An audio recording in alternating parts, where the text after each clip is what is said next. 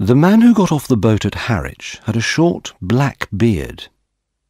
There was nothing to show that he had a gun in his coat pocket, and nothing to show that he was one of the cleverest men in Europe. He was Valentin, the chief of the Paris police and the most famous detective in the world. He was coming from Brussels to London to make the most important arrest of the century. Flambeau was in England, and the police of 3 counties were trying to catch this famous thief. In London, there was a big meeting of priests from all over the world, and Valentin was guessing that Flambeau would use this meeting for some criminal plan or other. Flambeau was strong and clever, and he enjoyed a joke. Once, he ran down the Rue de Rivoli with a policeman under one arm. But how was Valentin to find Flambeau? There was one thing to help him. Flambeau could put on other clothes or change the way he looked, but he was a very tall man and could not hide it. Because of this, Valentin was sure that Flambeau was not on the boat. He was also sure that Flambeau did not get on the train going from Harwich to London. Only 6 other people got on during the journey. 1 short railwayman, 3 short farmers, 1 very short woman, and a very short priest going up to London from an Essex village. When Valentin saw this last person, he almost laughed. The little priest had a round, simple face. He had several parcels which he found difficult to keep together, and a large umbrella which often fell to the floor. Many priests would be coming to London that day, Valentin thought, coming from their quiet little towns and villages. This one was explaining to everyone that he must be careful because he was carrying something made of real silver with blue stones in one of the parcels. He got off the train at Stratford in East London with all his parcels, and came back for his umbrella. When he did, Valentin warned him not to tell everyone about his silver with blue stones. The detective was looking for people who were at least 2 meters tall, because Flambeau was several centimeters taller than this. He got off the train in central London and went to the London police to ask for help if he needed it. Then he went for a long walk. He stopped suddenly in a quiet square. On one side, the buildings were higher than the rest, and there was a small restaurant between the tall houses. It stood high above the street, with steps going up to the front door. Valentin stood looking at it, smoking a cigarette. When he was looking for a criminal, if he had a clue, he followed it. If he had no clue at all, he followed his own feelings. A man must begin somewhere, and something about the quiet little restaurant made Valentin want to start there. He went up the steps, sat down by the window, and asked for a cup of coffee. A few minutes later, Valentin was lifting the cup to his lips, but he put it down quickly. "I've put salt in it," he said, and he looked at the bowl of silvery powder. It was a sugar bowl. So why did they keep salt in it? There were 2 full salt cellars on his table. What was in them? He tasted it. It was sugar. He looked around. Except for 1 or 2 dark wet stains on the white wall, there was nothing at all strange in that place. Valentin called the waiter and asked him to taste the sugar.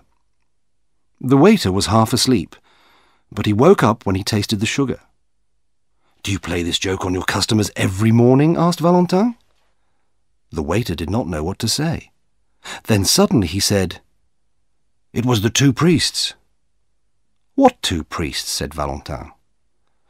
"The 2 priests who threw soup at the wall over there," replied the waiter. Valentin looked again at the dark wet stains.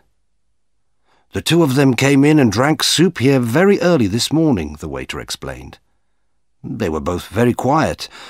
One of them paid the bill and went out. The other took several more minutes to get his things together. Then he picked up his cup, which was only half empty, and threw it at the wall. I was in the back room, but I ran out to find the restaurant empty. I tried to catch them in the street, but they were too far away. They went round the corner into Carstairs Street. The detective jumped to his feet, put on his hat, and paid his bill. A moment later, he was outside. He walked round into the next street. Although he was excited and in a hurry, Valentin saw something in the front of a shop that made him stop. The shop sold fruit, and there were some oranges and some nuts at the front. They each had cards with writing on them. The card on the nuts said, "Best oranges, 2 for a penny." The card on the oranges said, "Best nuts, 4 pence for a bag." Valentin looked at the 2 cards. "I've seen this kind of joke before," he thought.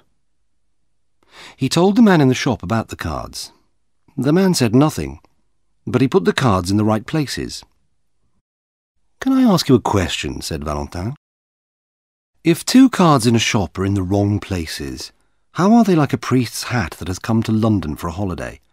Or, why do nuts that are said to be oranges make me think of 2 priests, one tall and the other short?" The man in the shop looked angry. "Are you a friend of theirs?" he said. "If you are, you can tell them that I'll bang their stupid heads together if they knock over my apples again." "Did they knock over your apples?" asked the detective. "One of them did," said the man. "Which way did they go?" asked Valentin. "Up that second road on the left-hand side, and then across the square," answered the man. "Thanks," said Valentin, and hurried away. On the other side of the second square, he found a policeman. "Have you seen 2 priests?" he asked. The policeman laughed. "I have, sir. One of them stood in the middle of the road, dropping parcels everywhere."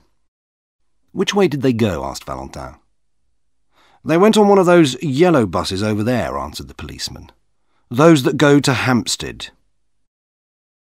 Valentin told the policeman who he was, then said, "Call 2 of your men to come with me." In 2 minutes, an inspector and another detective arrived. "Well, sir," began the inspector, "how—" "I'll tell you at the top of that bus," said Valentin. When the 3 of them were sitting on the top seats, the inspector said, "A taxi is quicker." "True," said Valentin, "but we don't know where we're going. All we can do is look for some strange thing." "What kind of strange thing?" asked the inspector. "Any kind of strange thing," replied Valentin. The yellow bus went slowly up the road to the north of the city. The French detective became quiet. Lunchtime came and went, and the long roads seemed to go on forever. Valentin sat silently and watched everything that went by. The 2 other detectives were almost asleep when he suddenly shouted. They quickly followed Valentin off the bus without knowing why. "Over there," said Valentin. "The place with the broken window." He was looking at a restaurant. It had a large window with a hole in the middle of the glass. "How do we know that the window has anything to do with them?" asked the inspector. Valentin became angry. "No," he said. "We can't know. But don't you understand? We must either follow one wild chance or go home to bed." They followed him into the restaurant where the 3 of them ate a meal at a small table. Valentin looked at the little star of a broken glass, but learned nothing from it. "Your window is broken," he said, paying his bill. "Yes, sir," replied the waiter. "It was very strange how it happened." "Tell me," said Valentin. "2 of these priests came in," said the waiter. "Those foreign priests who are in the city at the moment. They had a cheap and quiet little lunch, and one of them paid for it and went out. The other was just going to follow him when I realised something. 'Wait,' I said to the one who was nearly out of the door. 'You've paid too much.' And I picked up the bill to show him, but I got a surprise." "What do you mean?" asked Valentin. "I was sure that I'd put 4 shillings on that bill," said the waiter. "But now I saw that it was 14. "Then what happened?" said Valentin. The priest at the door said, "That will pay for the window." "What window?" I asked. "The one that I'm going to break," he said. And he broke the window with his umbrella. I went after him, but I wasn't quick enough. They went up Bullock Street so fast I couldn't catch them. "Bullock Street," said Valentin, and he ran up that road as quickly as the strange pair that he was following. Their journey took them through dark, narrow streets, and the inspector guessed that they would finally reach some part of Hampstead Heath. Suddenly, Valentin stopped in front of a small, brightly lit sweet shop. After a moment, he went inside and bought some chocolate. He began to ask the shopwoman a question, but she spoke first. She saw the inspector behind him and immediately said, "If you're the police and you've come about that parcel, I've already sent it off." "Parcel?" repeated Valentin. "I mean the parcel that the priest left," said the woman. "Quickly," said Valentin. "Tell us what happened." "They came in half an hour ago," said the woman. "They bought some sweets and then went off towards the heath. Then one ran back into the shop and said, 'Did I leave a parcel?' I looked around but couldn't see one. He said, 'Never mind. But if you do find it, please send it to this address.' He left the address and a shilling for me. But after he went, I looked again and found that there was a parcel. So I posted it. I can't remember the address now, but it was somewhere in Westminster." "Is Hampstead Heath near here?" asked Valentin. "Straight on for 15 minutes, said the woman. Valentin hurried out and began to run. The others followed him. The street they went through was full of evening shadows. Then they were out on the open heath, and Valentin saw the two black shapes that he was looking for. They were a long way away, but Valentin saw that one was smaller than the other, and that the bigger man was over 2 meters tall. He hurried on.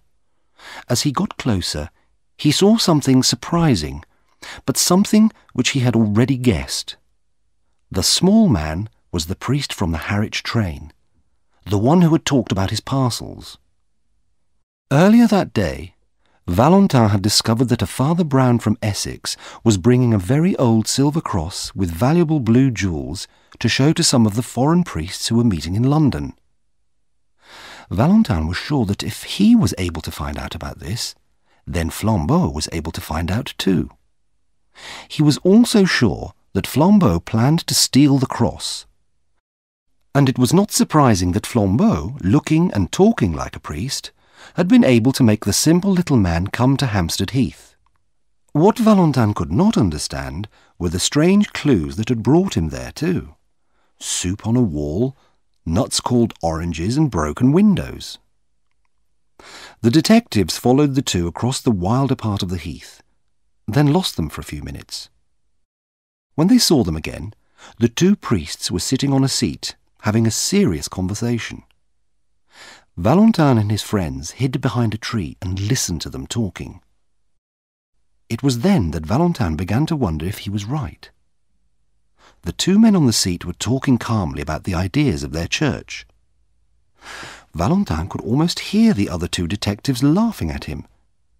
They had come all this way only to listen to the talk of two gentle old priests. Father Brown was speaking. "Look at the stars, like jewels in the sky. But even in those other worlds there must be some laws of reason and goodness." Valentin was about to move away, but the words of the tall priest stopped him.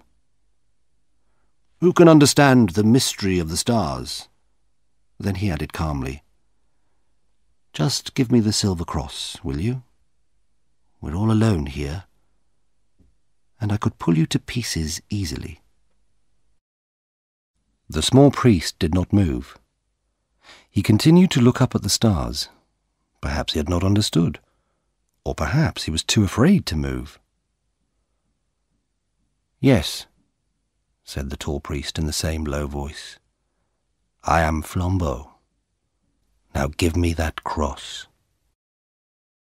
"No," replied the other priest. Flambeau suddenly laughed, "No, you won't give it to me, you simple little priest," he said, "because I already have it in my pocket."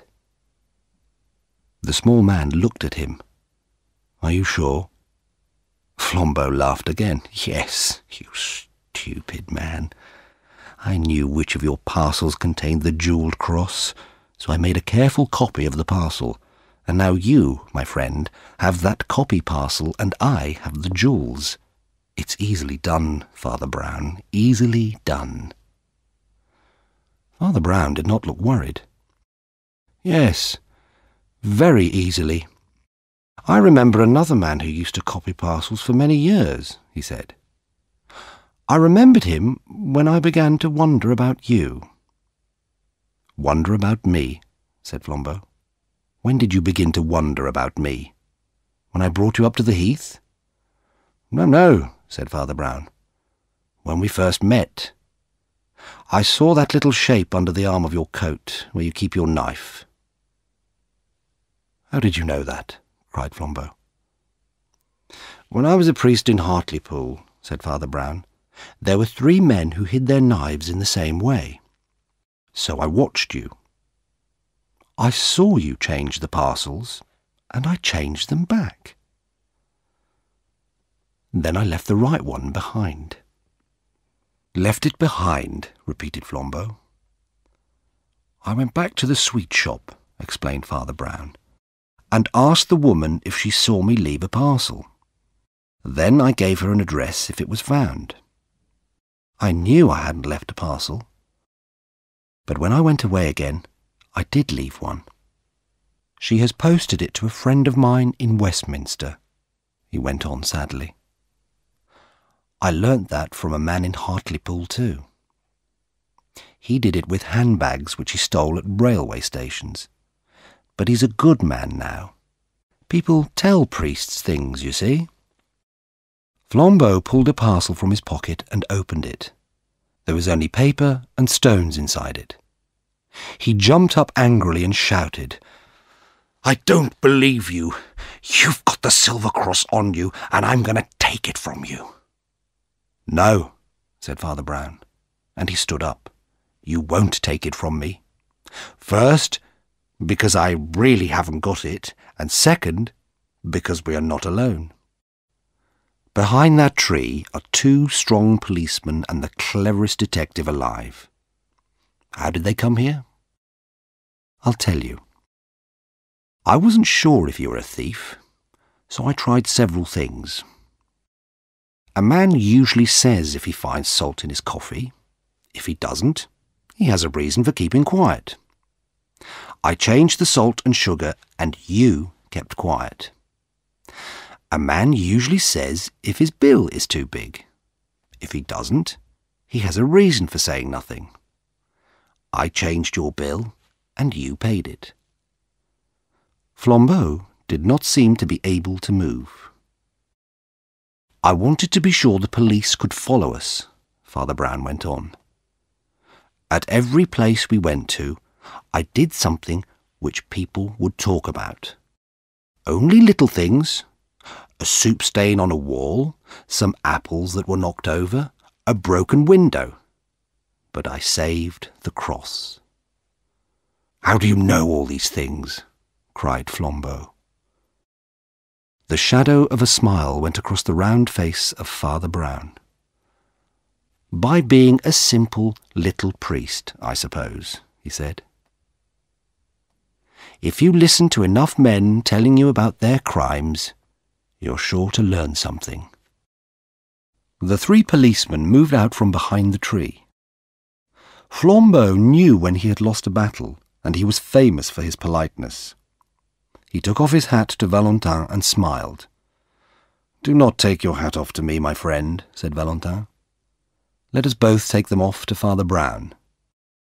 And they both stood there with their hats off, while the little Essex priest looked around for his umbrella.